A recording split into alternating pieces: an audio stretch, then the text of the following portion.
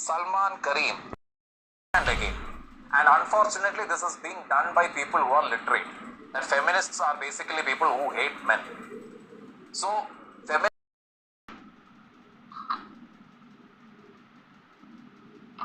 Shubham Katlam.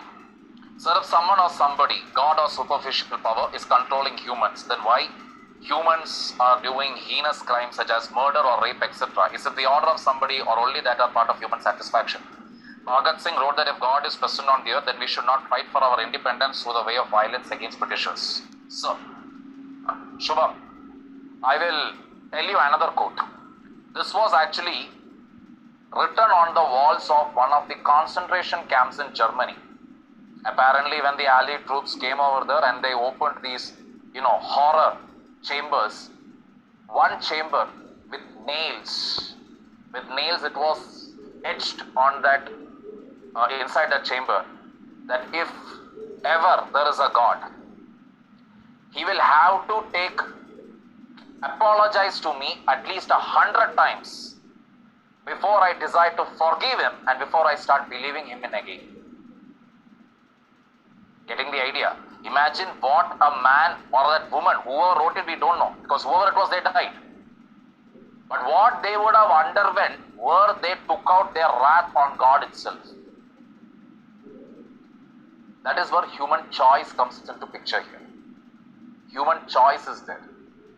That is, people may always say that, crimes happen out of socio-economic conditions, crimes happen because of this, crimes happen because of that, etc.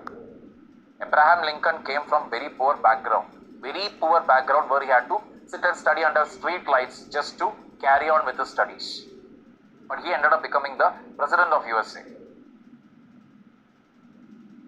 The morning example what I gave you, Ted Bundy, he actually grew under different set of circumstances where he was with a family, his family was doing pretty good, he was given all resources accessible to him, but he ended up becoming a serial killer.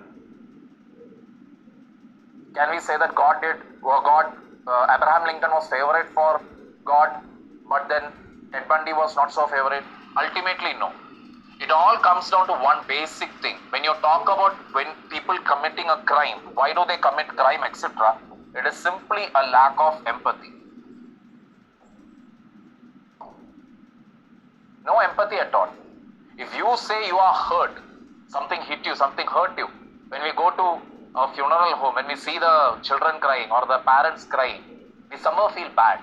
And why is it? Because we feel their pain. That is the empathy. And the total lack of empathy is the foundation that leads to what? Crime and criminal activity.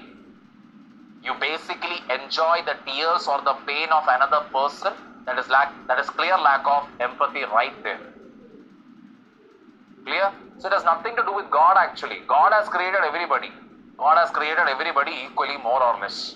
But ultimately, what is it that guides the human beings towards an action? Like I told you, thoughts without content. What content again you keep matters. If you are keeping content which are negative in nature, and you start working towards it by committing negative actions, what will be the end result? You will have crime. All the major criminal network in the world is the result of what? Is the result of thoughts with negative actions. Negative actions, why I am calling it negative actions? Because it was negative for the society. Clear? Hope that addresses your query there.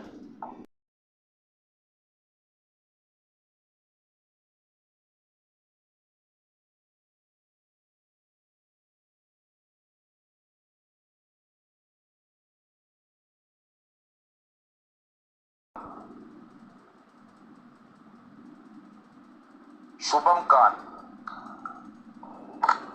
Very big question. At the time of partition of Bengal, even though the Britishers continued its policy, divide and rule to curb the Indian nationalist feeling, they partitioned Bengal into two parts on the basis of language and religion, and thus formation of Muslim League happened. Muslim elites support the British policy of partition and wanted separate electorates. Again, history is repeating itself. How can we exactly solve the root problem? Politicians use religion and language as the topics of politics. How will masses unite? Whoa. Shubham Katlam. See, uniting the masses and making them think beyond region, religion and all requires a higher level of self-actualization. Self-actualization which will occur, one, if your stomach is full, if you have a roof over your head, you have clothes to wear, you are able to afford your hospital bill. Then you can talk about egalitarianism, liberty, etc. But when you are not having food in your stomach, when you are not having a roof over your head, you will end up believing any lie that is fed to you. Because you will feel this is the problem, that person is the reason, or that person's religion is the reason for all my trouble. That person's belief is the reason for my trouble. That person was come from outside the state is the reason for my trouble.